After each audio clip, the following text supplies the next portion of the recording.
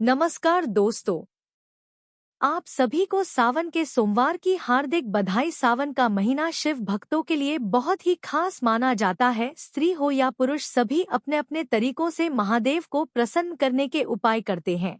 इस महीने में महादेव के भक्त शिवलिंग को प्रतिदिन स्नान करवाते हैं और सावन के सोमवार का व्रत करते हैं। मान्यता यह है कि साल भर में सोमवार के व्रत करने से ही जितना फल प्राप्त होता है उतना केवल सावन के व्रत करने से ही हो जाता है। इसीलिए सावन में रखे जाने वाले सोमवार के व्रत और अधिक विशेष हो जाते हैं। सावन के सोमवार की कथा। एक बार की बात है, एक धनवान व्यापारी था जिसकी एक बेटी थी। वह कन्या बहुत सुंदर और शिव जी की भक्त थी। वह हर सोमवार को शिव जी का व्रत करती थी और पूरे विधि विधान से उनकी पूजा करती थी।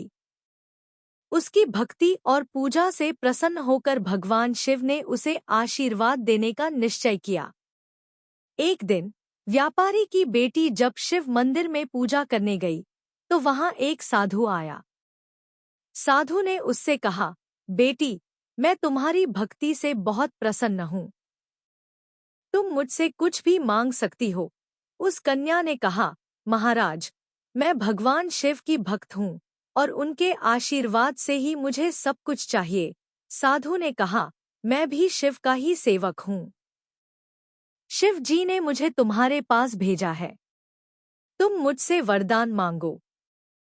कन्या ने साधु से कहा, अगर आप मुझे वरदान देना ही चाहते हैं तो मुझे ऐसा पति दे जो दीर्घायु हो, सुंदर हो और धर्मपरायण हो।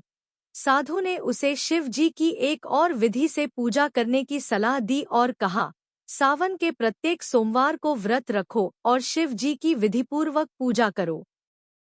तुम्हारी सभी मनोकामनाएं पूर्ण होंगी।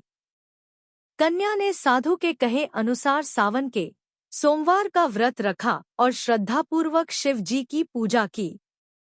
उसके व्रत और भक्ति से प्रसन्न होकर भगवान शिव ने उसे वरदान दिया कि उसे एक सुंदर, दीर्घायु और धर्मपरायण पति मिलेगा।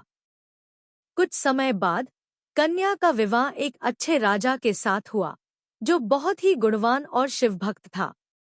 इस प्रकार सावन के सोमवार का व्रत रखने से उस कन्या को अपना मनचाहा वरदान प्राप्त हुआ। इसलिए यह कहा जाता है कि जो भी सावन के सोमवार को विधिपूर्वक व्रत रखता है और शिव जी की पूजा करता है, उसकी सभी मनोकामनाएं पूर्ण होती हैं और उसे जीवन में सुख, शांति और समृद्धि प्राप्त होती है।